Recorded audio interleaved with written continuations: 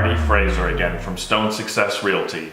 Today, I want to talk to you a little bit about 7 tips for real estate agents when showing homes or listing homes during the winter season. So, the weather may be frightful, but in real estate, it's just another Thursday. So, when the rest of the city cancels appointments, your client may still want to see a house, or your listing may still have that showing scheduled. So, being prepared in less than ideal weather conditions is of utmost importance in real estate, as you always want your listing to show its best and be easily accessible for prospective buyers. So here are a few helpful tips on how to prepare for such a situation, whether it be wintry, icy, or even rainy. So first and foremost, check the weather conditions. I know this may sound obvious, but even if snow isn't in the forecast, the temperature may be hovering around freezing and icy conditions may appear, so we need to make sure that we've got some salt and sand out for those. So check beforehand so you'll know what you'll be facing. Have a plan for shoveling the driveway, sidewalk, and walkways. So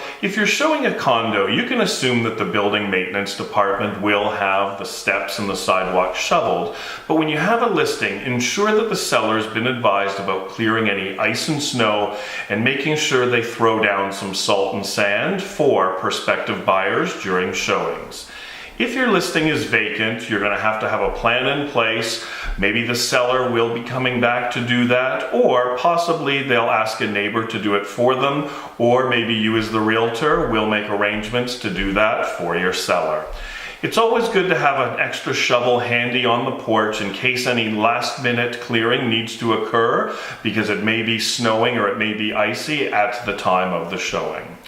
Next, I'm going to say put down extra mats both inside and outside your listing. So snow will melt off boots when people have taken them off when they're doing the showing, and the mats will help absorb any of the moisture that does melt away, and it'll also house any salt and sands that they may have tracked in.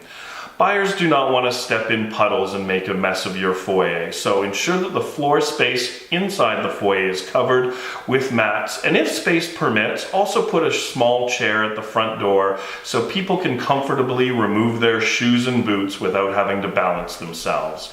Another tip here is sellers, you may want to set out a towel or maybe a wet Swiffer to quickly clean up any messes that do occur. So fourth item here is give yourself and your buyers extra time. So when you give yourself extra time in between showings, you don't have to drive, and we can make sure that you're getting there in good time and that you're taking care while you are moving your clients from A to B. You may even want to offer to drive your clients. That's another way that we can deal with this particular item. So always make sure that the heat is on at a reasonable temperature. So make sure that the heat is on and that it's warm and at room temperature.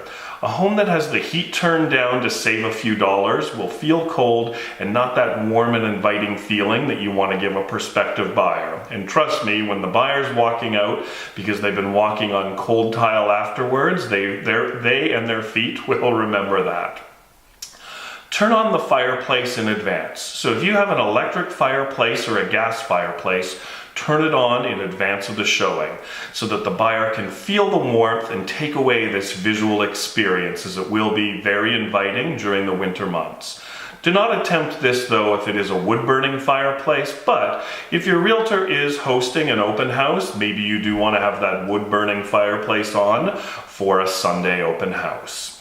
Lastly, you may need to examine the exterior of the house at another showing. If the house has 4 feet of snow around the exterior, you may not be able to view the side or the backyard as easily as you want to. So if your buyer is truly interested in the home, a second showing should likely occur with your boots, hats, mitts, scarves, so that one's fully able to examine the exterior. You may not be able to see things like the eaves troughs, any ice damming that could possibly be occurring, any step cracking in the brick, or anything else on the exterior that you may want to know about in advance of putting in an offer. So these are my thoughts. Please feel free to comment on this or any other real estate topic I've spoken about, and if you can, please subscribe to my YouTube channel.